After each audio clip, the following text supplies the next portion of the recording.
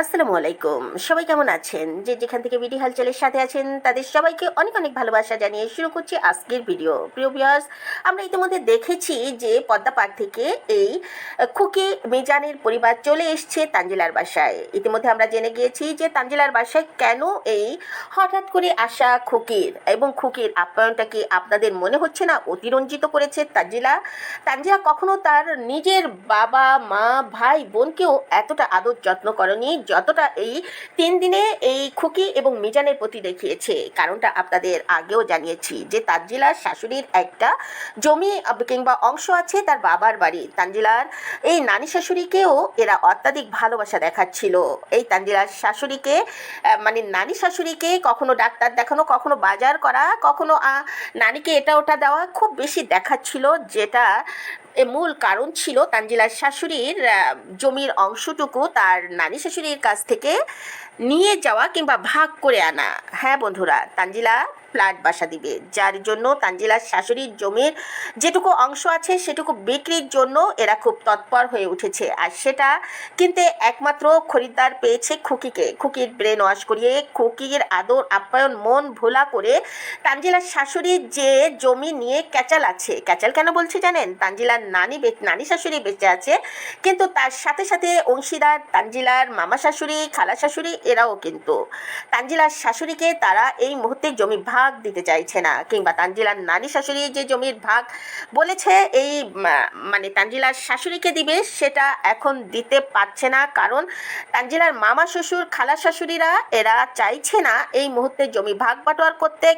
আমরা দেখেছি যে খুকি মিজানকে বাসায় রেখে তানজিলার শাশুড়ি তার বাবার বাড়ি গিয়েছিল, যদিও বলেছে যে কে যেন একটা মানে দুর্ঘটনার কথা বলে হঠাৎ করে তার শাশুড়ি চলে গিয়েছে, কিন্তু তার মুখে আমরা কিন্তু কারোর দুর্ঘটনার কথা শুনতে পাইনি, অর্থাৎ তানজিলার শাশুড়ি কিন্তু মুখ থেকে কিছুই বলেনি। যাই হোক বন্ধুরা, এ থেকে আমরা আরও পাকাপোক্ত হলাম যে যে সংবাদ আমরা শুনেছি সেই সংবাদ 100% ঠিক। কিন্তু তানজিলার শাশুড়ি চাইলে, তানজিলার নানি শাশুড়ি চাইলেই তো হবে না, চাইতে হবে অংশীদার সকলকে। অর্থাৎ ভাগ বাটোয়ারের জন্য দরকার একটা সময়, সুযোগ, সবার মতামত। তানজিলার মামা শ্বশুররা এবং খালা শাশুড়ি এদেরও মতামত দরকার। হুটহাট করে তানজিলার শাশুড়ি চাইলেই তো আর জমি ভাগ বাটোয়ার করে দিতে পারে না। তাই খুকি এবং মেজানকে বেশ আদর আপ্যায়ন করে পাঠিয়ে দেওয়া হলো এই তিশাদের বাড়ি, অর্থাৎ খুকির বড় ননদের বাসায়। এদিকে তানজিলা যদিও তার বাবার বাড়ি যাওয়ার কথা ছিল বা যেতে পারলো না কেন, এটা একটা প্রশ্ন থেকেই যায়। আমরা তানজিলার মুখেও শুনেছিলাম, তিশাও বলেছিল যে তারাও নাকি যাবে, কিন্তু শেষ পর্যন্ত তানজিলা খুকিদের সঙ্গে আসলো না। কারণ জানি যে খুকিদের সঙ্গে আসলে তার থাকার জায়গা হবে না। তা সে ভালোভাবে তার হাজবেন্ডকে নিয়ে যে রাত সারা রাত জেগে থাকা এবং এই যে দুপুর 12টা-1টা পর্যন্ত ঘুমানো, এগুলিতে ব্যাঘাত ঘটবে, রুমের অসুবিধা আছে। হ্যাঁ বন্ধুরা, তাই সে আজ বাবার বাড়িতে এসছে, কিন্তু সাথে আনেনি তার শাশুড়ি এবং তার হাজবেন্ডকে। তো বন্ধুরা, দেখা যাক তার শাশুড়ি কি এই ফাঁকে তার বাবার বাড়ি যায় কিনা। আর ওদিকে যে খুকি এবং ভোলা, এরা যে বোনের বাড়িতে এসছে, আসার পর থেকে এদের মধ্যে খাবারের হাহাকার দেখা যাচ্ছে। বিশেষ করে ভোলা তো তৃপ্তি হচ্ছে না। কে ভোলা সমস্ত ঘর সারাক্ষণ রান্নাঘরে বোন কি রান্না করছে, কি খাবার আছে, কি খাবার খাওয়া যায়, এমন গুনগুন করছে। আর তিশা বাপ্পি এরা তো গুনে গুনে খাবার রান্না করে। তিশা তিশা বাজার করে কেউ আসলে একটা উসিলায়, কিন্তু সবসময় সে বাজারটা বাঁচিয়ে রাখে যখন তানজিলা আসে তখনকার জন্য। হ্যাঁ বন্ধুরা, আজও প্রমাণ হলো সেটা। তিশা যে 5টা মুরগি এনেছিল, 2টা ব্রয়লার মুরগি এনেছিল, সেখান থেকে ব্রয়লার মুরগি কিছু পিস গুনে গুনে ভাজি করে ওই যে চাইনিজ মানে ফ্রাইড রাইস আর চিকেন ফ্রাই করে এদেরকে দিয়েছে, বুঝ দিয়েছে যে তোদেরকে ভালো মন্দ খাওয়াচ্ছি। ওইগুলা কোনো ফ্রাইড রাইসের মধ্যে পড়ে, ভাত ভাজির মধ্যে পড়ে, সবজি গাজর দিয়ে ভাত ভাজি।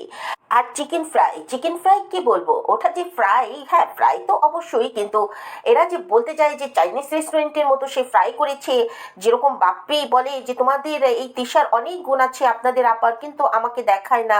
ভাবি বোধহয় বলে যে আপনাদের ভাবির অনেক গুণ আছে, আমার সামনে প্রকাশ করে না। ওটা তোমার কাছে গুণ, ওটা কোনো ভাজির মধ্যে পড়লো? ওটা কোনো চিকেন ফ্রাই হলো চাইনিজ স্টাইলের? যাই হোক বন্ধুরা, যেভাবেই হোক ফ্রাই তো করেছে।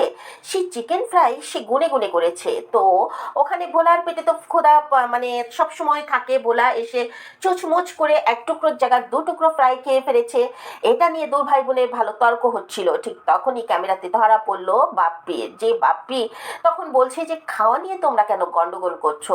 তখন বললো যে দেখো না, ফ্রাই করেছে এক টুকরো তো খাইছে, এখন আর এক টুকরো খাচ্ছে, মানে চিকেন ফ্রাই গোনা গোনা, তার উপর তান তো আছে, তাকে তো ডাবল ফ্রাই দিতে হবে। আমরা দেখেছিও তানকে আলাদা করে সে বেশি বেশি করে তানের জন্য মানে তুলে রেখেছে এবং তানকে খাওয়াচ্ছে, সেটা আমরা দেখেছি। আর তুলে রাখা তো সবসময় তানের জন্য করে থাকে, তান তো ওই বাড়ির রাজপুত্র। সে নাকি আবার উপজেলাতে চ্যাম্পিয়ন হয়েছে দাবাতে। দাবা খেলা কিন্তু খুব বুদ্ধিমান না হলে মানে খেলতে পারে না। তার মানে এই মানে আমরা যতই বলি না কেন এই ছেলেটার বুদ্ধি নেই, এই ছেলেটা হাবাগোবা। আসলে এই হলো মাম্মাস বয় হয়ে গিয়েছে, মাম্মাস বেবির মতো সে তাকে রাখা হচ্ছে। আর এই ছেলেটাকে যেহেতু সে চ্যাম্পিয়নে মোটামুটি ভালো করেছে, যদিও উপজেলায় দেখা যাক জেলা পর্যায়ে কতটা ভালো করতে পারে, কিংবা চ্যাম্পিয়ন না হোক, দেখা যাক যে কোন পর্যায়ে সে থাকে। এই দাবা খেলাকে আমি অবশ্যই স্বাগত জানাই, খুব ভালো খেলা, খুব বুদ্ধিমান খেলা। যদি এই ছেলে এই খেলার প্রতি উৎসাহ থাকে, অবশ্যই এই উৎসাহ তার পরিবার থেকে দেখানো উচিত। কিন্তু মাম্মাস বেবি এটা কি ধরে রাখতে পারবে? কারণ তার মাম্মাস তো এ ব্যাপারে কিছুই বোঝে না, তার বাবাও কতটা বোঝে আমার সে ব্যাপারে মানে সন্দেহান আছে। এই ছেলেকে শুনেছি অনেক আগ থেকেই যে এই ছেলে তার ফুপুর কাছে মালয়েশিয়া বিদেশে পড়তে যাবে, তার দাদি থাকতেও এই ধরনের আলোচনা হয়েছে এবং তার ফুপু বলেছে যে আমার ভাত ছেলে তো আমার কাছে পড়তে যাবে, আর কদিন পর আমার কাছে নিয়ে আসবো। এরকম বহু ভিডিওতে আমরা দেখেছি যে এরকম নিশি বলেছে। তো নিশির কাছে নিয়ে যাওয়াই উচিত। আজ যখন সে দাবা খেলাতে মোটামুটি জেলা যদিও এটা উপজেলা পর্যায়ে, তবুও সে চ্যাম্পিয়ন হতে পেরেছে, এই জিনিসটা জানার পরে আমার মনে হয়েছে ছেলেটার ব্রেন আছে। তাই নিশ্চিত উচিত যত শীঘ্রই পারা যায় এই ছেলের প্রতিভাকে নষ্ট না হতে দিয়ে তার কাছে নিয়ে যাওয়া। কারণ ছেলেটা এখনই বড় হচ্ছে, অনেক কিছু বুঝতে শিখছে, এখনই তার ব্রেকআপ হয়ে যাওয়ার সময়। সেই ব্রেক যাতে না হয়ে যায় তার জন্য দ্রুতই নিশি নিয়ে যাওয়া উচিত। নিশি তো বলেছিল নিয়ে যাবে, তার দাদি বেঁচে থাকতে অনেকবার ভিডিওতে বলেছে এবং এবারও যখন মালয়েশিয়া গিয়েছে তখনও বলেছে যে তানকে নিয়ে আসবে। তো সেরকম যদি কিছু মনোভাব থেকেই থাকে, যত দ্রুত উচিত ওকে নিয়ে যাওয়া। কারণ বাচ্চারা পরিবারের মধ্যে যা হতে দেখে, যা ঘটতে দেখে, সেটাই ওরা শিখতে থাকে। অলরেডি এই ছেলের মধ্যে সেটা শেখা হয়ে গিয়েছে, তারপরেও তাকে এখনই যদি অ্যালার্ট করা যায়, এখনই যদি তাকে এই পরিবেশ থেকে নিয়ে যে একটা ভালো পরিবেশে রাখা যায়, তাহলে কিন্তু সে পারবে নিজেকে ওয়েলকাম জানাতে। এরপর যদি নিতে চায় তাহলে কিন্তু এই শীত দ্বারা শক্ত হয়ে যাবে, মজ্জে মজ্জে ঢুকে যাবে। পরিবারে যা দেখছে সেগুলা, ওর পরিবারে তো নষ্টামি ভিডিও করা ছাড়া আর নোংরামি ছাড়া কিছুই নেই। হ্যাঁ বন্ধুরা, দেখতে পেলাম আজ তানজিলা চলে এসছে। তানজিলা তার বাবা যে নিয়ে এসছে, শুধুমাত্র তানজিলা আসছে কারণ থাকার জায়গা নেই, তাই শাশুড়ি আসেনি, আসেনি সাকিব। তবে শাশুড়ি আসার আগে বাপ্পিকে বলে দিয়েছে তার নাতি যেন না কাঁদে, কারণ তারা জানে যে ওই বাড়িতে এই ছেলেকে রাখার মতো কেউ নেই, অর্থাৎ তিশা। তিশা তো এই ছেলেকে শুধুমাত্র ভিডিও করার জন্যই একটু কোলে নেয়, আর কে কোলে নিবে? সাথী আছে, সাথী তো রান্না বান্না করতে থাকে, কাজকর্ম আছে। আর তিশা, তিশা লোক দেখলে রান্না করে এক দুই ভাগ, কিন্তু তোড়জোড় দেখায় না জানি কত রকম কত পদের রান্না করে ফেলবে। আর ওই যে আছে বাপ্পি, বাপ্পি সে তো বাজার করার সময় এমন ভাব দেখায় যে হয়তো বাজারে সমস্ত কিছু তুলে নিয়ে এসছে, কিন্তু যখন সে দেখাতে থাকে তখন দেখা যায় যে একটা ইলিশ, ওই একটা ব্রয়লার মুরগি, বড়জোর একটা দেশি মুরগি, বাস অনেক কিছু বাজার হয়ে গিয়েছে। বন্ধুরা আমরা দেখেছি যে ব্রয়লার মুরগি, আরও ওই যে যে মাছ দেখলাম, তারপর মুরগি দেখলাম, সবই কিন্তু তানজিলা আসলে রান্না হচ্ছে, রান্না হবে, রেখে দিয়েছে। হয়তো বা তানজিলার বর আসলে ওই আর যে মুরগিগুলা, সোনালী মুরগিগুলা রোস্ট করার জন্য রেখেছে সেটা করবে, কারণ খুকির তো যাওয়ার সময় হয়েই গিয়েছে। খুকি হয়তো বা তানজিলা যেদিন এসছে একদিন থেকেই খুকি পরের দিন টিকিট কাটা হয়ে গিয়েছে, এরকম একটা আওয়াজ ওদের ভিডিওতে যতটুকু পেলাম। তো তাতে বোঝা গেল যে খুকি এই ফিরতির সময় যাওয়ার কথা ছিল কিন্তু যাচ্ছে না। এতে বোঝা গেল যে তানজিলার শাশুড়ির জমিটা এখনো ওকে হয়নি, অর্থাৎ ভাগ বাটোয়ার নিয়ে তারা বসেনি। বসলে আবারও খুকি আসবে, তখন খুকি দেখবে জমিটা। এর ভিতর যদি ভোলা বিদেশে যায় জানি না কি হবে, দেখতে থাকি আমরা, তাই না? তো বন্ধুরা চলুন যাওয়া যাক। আজ অন্য একটা কথা বলবো, যে কথা আপনারা হয়তোবা ইতিমধ্যে অনেকে দেখেছেন, অনেকে বুঝতেও পারেননি। সেই জিনিসটা বোঝানোর জন্যই আজকের চমক। সেটা হলো এই যে আমরা দেখেছি পদ্মাপাড়ের দু বোন আছে, মিম আর সাবিনা। এরা ঘুমায়, এরা ঘুমিয়ে থাকে। কাজকর্ম কি করে? খুকি নেই এখন, কাজকর্ম করে কি ভাবছেন? খুকির শাশুড়ি, এই দুই বোনের মা, অবশ্যই দুই বোনের মা করে। কিন্তু সবচেয়ে অবাক হলাম আজ যখন মিম বলল সকালে রান্না করেছে মরিয়ম। মরিয়মের মা তখনও ঘুমাচ্ছে। মিম সবে মাত্র উঠেছে, আরিফ তার আগেই বেরিয়ে পড়েছে, মোটরসাইকেল দেখছে না। বাবু বলল যে চলে গিয়েছে। মিম তখন বলল না খেয়ে গিয়েছে, মরিয়ম তো রান্না করেছে। কথাটা শুনে আমি স্তব্ধ হয়ে গেলাম। তার মানে অফ ক্যামেরাতে মরিয়ম বাড়িতে রান্না বান্না করে, এবং এখানেও যখন খুকি নেই তখন মরিয়মকে দিয়ে সকালে রান্না করানো হয়েছে। যেটা ক্যামেরার সামনে আমরা দেখি যে মরিয়ম শুধুমাত্র কি করে, খেলাধুলার মানে পিকনিক করছে, খেলাধুলা করছে, রান্না বান্না করছে। ওর রান্নার স্টাইল দেখে আমি কিন্তু একটা ভিডিওতে বলেছিলাম এই মেয়ে রান্না জানে। এই মেয়ে একটা ডিমের রেসিপি করেছিল, ওটা কিন্তু যেন তেন রেসিপি নয়, পাকা পোক্ত রাঁধুনিরাই ওই ধরনের রেসিপি ডিমের করতে পারে। সিদ্ধ করে ডিম যেভাবে এটা রান্না করেছিল, আমি দেখে অবাক হয়ে গিয়েছিলাম যে পাকা পোক্ত রাঁধুনি ছাড়া কখনোই সম্ভব নয়। তখনই আমি বলেছিলাম যে অফ ক্যামেরাতে এই মেয়েকে দিয়ে রান্না করা হয়, আজ তার প্রমাণ পেলাম। হ্যাঁ বন্ধুরা, মিমের ভিডিওর প্রথম অংশে 1 মিনিট 3 সেকেন্ডের মধ্যেই আপনি এই কথাটা পেয়ে যাবেন যে মরিয়ম রান্না করছে আর মিয়া বিবি ঘুমাচ্ছে, এই পাশে খালা খালু ঘুমাচ্ছে। আরিফ কখন উঠে বাইরে গিয়েছে সেটাও এই সাবিনা হয়তো জানে না, কিন্তু মরিয়ম সবার জন্য রান্না বান্না করে রেডি রেখেছে। এই হলো এদের কাজ মরিয়মকে দিয়ে। এই জন্যই মরিয়মের লেখাপড়ার এত অবনতি, এই জন্যই মরিয়ম সংসার করতে পছন্দ করে, মরিয়মকে দিয়ে সংসার করানো হচ্ছে। আমি কি করব? কারণ মরিয়মের মা করাচ্ছে, মরিয়মের বাবা সেটা নিয়ে হয়তো ভিডিও করতে বসে যাবে, এ পর্যন্তই। তো বন্ধুরা, আমাদের করার কিছুই নেই, কারণ মরিয়ম নিজেও পছন্দ করে এগুলা, বাবা মা করাচ্ছে, মরিয়ম পছন্দ করছে। আমি দর্শক হয়ে শুধু উপভোগ করতে পারবো, আইন আমাদের হাতে নেই। এই ব্যাপারে আমরা স্তব্ধ, কারণ তার বাবা মা জীবিত আছে, তারা সচ্ছল পরিবারের লোক, তারা তাদের মেয়েদের কিভাবে কনভার্ট করবে, কিভাবে মানুষ করবে, কিভাবে কাছে রাখবে, কিভাবে দূরে রাখবে, সম্পূর্ণ তাদের আয়ত্তে। তারা তো আর ক্যামেরার সামনে নির্যাতন হতে দেখছি না আমরা যে প্রতিবাদ করব, আমরা তো নির্যাতিত হতে দেখছি না, আমরা শুনছি। দু একটা ফুটেজ আছে, বলে বসলো রান্নাটা শখে করছিল, আমার মুখ ফসকে বের হয়ে গিয়েছে। মেয়েকেও সেইভাবে বললো, মেয়েও বললো হ্যাঁ আমি রান্না বান্না করি না, আমি শখে সেদিন রান্নাঘরে গিয়েছিলাম। কি বলবেন? আইন আমাদের কাছে এখানেই নীরব। বন্ধুরা, এদিকে তো পদ্মাপাড়ে ভাঙন রোধ হয়ে গিয়েছে। হ্যাঁ বন্ধুরা, যেহেতু বৃষ্টি এসে গিয়েছে, এবং শুধু তাই নয়, ভৌগোলিক যে ব্যাপারটা আছে, নদী ধারা চেঞ্জ হওয়া, এবং শীতের সিজন চলে আসছে, বর্ষাকাল শেষ, তো ভাঙন অনেকখানি কমে যাবারই কথা। তারপরেও মানে বিধাতার লীলা খেলা বোঝা বড় দায়। তো ঠিক সেই মুহূর্তে ওই পদ্মাপাড়ের কে নাকি স্বপ্নে দেখেছে ছাগল জবাহ করে ওই নদীতে ফেলে দিলে, নাউজুবিল্লাহ, কত বড় কুসংস্কার ওই পদ্মাপাড়ের মানুষ। তারা স্বপ্নে দেখেছে কে যেন, তাই ছাগল জবাহ করে ওখানে দিয়ে দিয়েছে, সেই থেকে নাকি পদ্মাপাড়ের ভাঙন আর হচ্ছে না। কিভাবে বোঝাবেন ওদের? অনেকেই এই ব্যাপারটা সত্য মনে করছে, কারণ নদী ভাঙন তো কিছুটা হলেও কমেছে, কিছুটা কি বেশ কমেছে। যতটা দেখতে পেলাম যে নদীর ভাঙন শুধুমাত্র যেসব জায়গায় ফাটল ধরেছিল, সেটা তো একটা ধাক্কা আসলে, জোয়ার আসলে অনেক সময় পড়ে যাবেই, ওটা ছোট ছোট ভাঙন ওগুলা হচ্ছে। কিন্তু মানুষ মনে করছে যে ওই ছাগল জবহর কারণে এটা থেমে গিয়েছে, আর ওই ফাঁকে যে লোকটা ওই স্বপ্ন দেখেছিল, সেই লোকটাকে এখন সবাই বাহাবা দিচ্ছে। হয়তোবা লাল সালুর মতো লাল কিছু পরে ওই লোকটা দরবেশও হয়ে যেতে পারে পদ্মাপাড়ের। বন্ধুরা, পদ্মাপাড়ের লোকজন যে ব্ল্যাক ম্যাজিক করে, পদ্মাপাড়ের লোকজন যে কুসংস্কারযুক্ত, পদ্মাপাড়ের লোকজন যে ধর্ম অন্ধ, এ থেকেই আমরা বুঝতে পারি কতটা ঠকবাজ। নদীর ভাঙন যখন শেষের পথে, তখন ওই লোকটা স্বপ্ন দেখলো, আর এতদিন বসে বসে ভেঙে ভেঙে গ্রামের পর গ্রাম নিয়ে গেল, তখন তাকে কেউ স্বপ্ন দেখালো না। এই হলো এদের অবস্থা। আর এখান থেকেই উঠে আসা এই তিশা, এই সাবিনা এবং মিম। বন্ধুরা, মিমের কথা না বললেই নয়, নাই, আমি চেয়েছিলাম ভিডিওটা ছোট করতে, কিন্তু মিমের কথা একটু বলতেই হবে।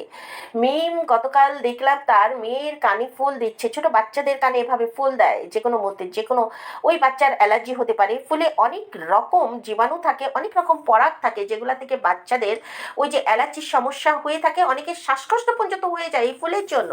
সেই বাচ্চাকে সে ধরে ধরে কানের মধ্যে গতকালও দিয়েছে, আজও দেখলাম। তো মিম বলেছে যে দর্শকরা নাকি খুশি হয় তার বাবার বাড়ি থেকে চলে গেলে। কে বলেছে যে তোরা যাস না কেন, খুকি আসার আগে যেন তোদেরকে যেতে দেখি? এইসব কমেন্ট যে কারা করে। আর দেখলাম যে বাবু এবং মিম মিম গতকালকের ভিডিওতে যে বলছে যে আমরা এই অ্যাক্সিডেন্ট করেছে, বদদোয়া দিয়েছে, বদদোয়া শগুনের দোয়ায় গরু মরে না। এটা আসলে কাকে বোঝালো? শগুনের দোয়ায় গরু মরে না দর্শকদের, না মাকে? মাকে কি শগুন বানালো, না দর্শকদের শগুন বানালো? দোয়া যদি নাই বা কাজে লাগবে, তাহলে তুমি ওই যে যখন ওটিতে ঢোকো ডেলিভারির সময়, তখন মাকে কেন ধরে ধরে কান্নাকাটি করছিলে, দর্শকদের কাছে দোয়া চাচ্ছিলে? দর্শকটা তো শগুন, শগুনের দোয়া তাহলে কেন চাইছিলে? শগুনের দোয়ায় যেহেতু গরু মরে না। হ্যাঁ বন্ধুরা, আমিও স্বীকার করি যে কোনো মা বদদোয়া দিতে পারে না, মার মনেও আসে না। আমি সেটা গত ভিডিওতেই বলেছিলাম। কিন্তু মিম এবং বাবু তারা আসলে তার মাকে বললো না দর্শকদের বললো, ক্লিয়ার করে গেল না। যাই হোক, দর্শকরা যে বলেছে সেটা ক্ষোভের, সেটা রাগে বলেছে। মিম এবং বাবু, তোমাদেরকে দর্শকরা যে কথাগুলো বলেছে সেগুলো কথা কি একেবারে মিথ্যে? তারা যে রাগ করে তোমাদের উপর, এই যে মিম যেরকম আচরণ করে বাবুর সঙ্গে, এটা কি সন্তোষজনক? একজন স্বামীকে সারাক্ষণ এই তুই এটা করিস না, তুই ওটা করিস না। তুমি বলেছো যে তোমরা এখানে যদি এভাবে বদদোয়া দেন তাহলে পৃথিবীর অর্ধেক স্বামী থাকবে না, কারণ অর্ধেকের বেশি স্বামীরাই আলাদা সংসার করে থাকে। হ্যাঁ, অবশ্যই তারা আলাদা সংসার করে থাকে। তারা সংসার করে প্রয়োজনের তাগিদে। কেউ জব করছে, কেউ ছেলে মেয়ের শিক্ষার জন্য, কেউ শহরের ফ্যাসিলিটি নেওয়ার জন্য, কেউ পারিবারিক অশান্তির জন্য, বিভিন্ন বিভিন্ন বিভিন্ন কারণে তারা আলাদা থাকে। কিন্তু তুমিও যে আলাদা থাকছো, এটা নিয়েও অবজেকশন হতো না যদি তুমি সম্পর্কটা ভালো রাখতে। তুমি কি করেছো? বিয়ের পরের দিনই সকালে উঠেই ননদ এবং শাশুড়ি গেবত গাইতে ক্যামেরা নিয়ে বসে গিয়েছো, এসেই সম্পর্কটা শেষ করে দিয়েছো। এত তড়িৎ গতিতে শেষ করা। এবং আকিকার সময় যে শাশুড়ি ননদ নিজে এসেছিল তোমার সঙ্গে দেখা করতে, তুমি যখন প্রেগনেন্ট ছিলা তখনও একবার এসেছিল, তুমি কারোর সঙ্গেই ভালো ব্যবহার করনি। প্রেগনেন্ট থাকা অবস্থায় যখন এসছে তখন আমরা নিজেরাই দেখেছি যে তুমি তোমার ননদ এবং শাশুড়ি এদের সঙ্গে কথা বলা তো দূরের কথা, মুখ ঘুরিয়ে রেখেছো, এক গ্লাস পানি পর্যন্ত দাওনি। শুধু তাই নয়, তোমার ডেলিভারির সময় তোমার শাশুড়ি এসেছিল, ওখানে আমরা দেখেছি তোমার শাশুড়ির সঙ্গে খুব একটা সম্পর্ক ভালো হয়নি। তোমার শাশুড়ি কাঁদতে কাঁদতে চলে গিয়েছিল। যাই হোক, ওটা ধামাচাপা পড়ে গিয়েছে। তারপর যখন এই মেয়ের আকিকা হবে তার আগের দিন ননদ এবং তোমার শাশুড়ি, আত্মীয় স্বজন সবাই এসেছিল শ্বশুর বাড়ির। তো বেলাল এসেছিল, বেলালের বউ এসেছিল, সেখানে আমরা দেখেছি তোমার শাশুড়ি এবং ননদ কাঁদতে কাঁদতে ওখান থেকে বের হয়ে গিয়েছে। কিন্তু কেন এসছে, কি জন্য এসছে, এই কথা যদিও আজও সবার অজানা, কিন্তু সবচেয়ে বড় কথা কাঁদতে কাঁদতে বের হয়েছে এটা কিন্তু ক্যামেরাতে ধরা পড়েছে। এবং সেই ভিডিও ওই বেলাল প্রাইভেট পর্যন্ত করে রাখতে বাধ্য হয়েছে তোমাদের চাপে, তোমাদের তিরস্কারে। কারণ বেলালের বউকে তোমরা ওখানে নাটক দেখানোর জন্য জোর করে রেখে দিয়েছিলে, পারোনি রাখতে শাশুড়িকে এবং ননদকে। তুমি আজ এসছো গল্প ভিউয়ার্সদের দিক আঙুল তুলতে। ভিউয়ার্সরা আঙুল তোমাদের ভেঙে উল্টো করে দেবে। কারণ সেই সব ভিউয়ার্সরাই তোমাদের কমেন্টস করে যাদের মনে সততা আছে, যাদের মধ্যে বিবেক আছে। সেই সব দর্শকরাই তোমাদেরকে কমেন্টস করে যাদের মধ্যে এই মমতা বোধ আছে এবং মানবিকতা আছে, তার থেকেই তোমাদের কমেন্টস করে। যদি তাদের মধ্যে এই মানবিকতা, এই মনুষ্যত্ব বোধটা না থাকতো কখনোই করতো না। যারা তোমাদের বাহাবা দেয়, যারা তোমাদের ভালো বলে, তাদের এই মনুষ্যত্ব নেই, তাদের মধ্যে বিবেক নেই। তারাই হলো তোমাদের মতো বন্ধু, তোমাদের বন্ধু হওয়ার যোগ্য, তোমাদের ভক্ত হওয়ার যোগ্য। আর যারা হেটার্স আছে তারা কিন্তু তোমাদের মতো অমানুষ নয়, তোমাদের মতো বিবেকহীন নয়, তোমাদের মতো এত চরিত্রহীন নয়। কথাটা মাথায় রেখে তারপর ভিউয়ার্সদের দিক কথা বলো। যেসব ভিউয়ার্সরা তোমাদের বাহাবা দেয় তাদেরকে আমরা ঘেন্না করি, তাদেরকে, যাদের বিবেক আছে, মানবিকতা আছে, তাদেরকে আমরা ঘেন্না করি, জাস্ট ঘেন্না করি সেই সব ভিউয়ার্সদের। তোমাদের মতো লোকদের ভক্ত না হয়ে না, ওই যে নর্তকীর ভক্ত হওয়া অনেক ভালো। কারণ নর্তকী সরাসরি বলে আমি টাকার জন্য নর্তকী হয়েছি, তার টাকার দরকার। তোমাদের মতো লেবাস ধরে না। তোমরা তো লেবাস ধরে ধরে এখন তোমরা ডুপ্লিকেট বাড়ি বানাতে যাচ্ছ, সেখানে আবার স্বপ্ন দেখছো সুইমিং পুল করবে। একটা সুইমিং পুল করতে নাকি লাখ টাকা লাগে। ওই যে কুয়া করে তার মধ্যে ছেড়ে দিও তোমার মেয়েকে, সেটাতে লাখ টাকাতে হয়ে যাবে। সুইমিং পুলের স্বপ্ন দেখো। দেখে ইউটিউবের টাকা দিয়ে বেকার স্বামী বিয়ে করে সে কিনা কতদিন সিঙ্গেল মাদার থেকে কি করেছে, ডলার কামিয়েছে সিঙ্গেল মাদার থেকে, এখন সে একটা বেকার জামাই বিয়ে করে লোন তুলে বাড়ি করে কত রকম ডুপ্লিকেট বাড়ি বানাবে, ডুপ্লিকেট বাড়ি বানাবে, তারপর সুইমিং পুলের একটা বিকৃতির নাম কি দেওয়া যায়, তো সেটার উপর আবার সাঁতরাবে তোমার ওই মেয়েগুলা। তো যাই হোক বন্ধুরা, এই সমস্ত কথা শুনলে সত্যিই হাসি পায়। পদ্মাপাড়ের ওই ভাঙন ধরা মেয়ে, অশিক্ষিত মূর্খ, দাঁত বেঁকা ঠোঁট কেলানি, সকালবেলা উঠেই লিপস্টিক কতগুলা দিয়ে, ইদানিং দেখছি খুকি সবসময় সেজে গুজে থাকে। শাহিনের বউ একটু মোটা হয়েছে, লোকে তাকে সুন্দরী সুন্দরী বলছে, এখন খুকিও মোটা হয়েছে, খুকিও এখন তো সকাল হলেই ঠোঁটে লিপস্টিক, আবার মাথায় একটা ব্যান্ড লাগিয়ে ঘুরু করে। আজকে তো বাপ্পি বলেই দিল, মাথায় আবার কি ওটা লাগিয়েছো ব্যান্ড, তাও সেজে গুজে থাকে এই বলে। মানে বাপ্পির কাজই তো কোথায় কি হচ্ছে না হচ্ছে মেয়েদের মতো দেখে দেখে বেড়ানো। তো বন্ধুরা, আজ এ পর্যন্তই, কাল কথা হবে ভালো কোনো ভিডিও নিয়ে। আজ ব্যস্ততার মাঝে আপনাদের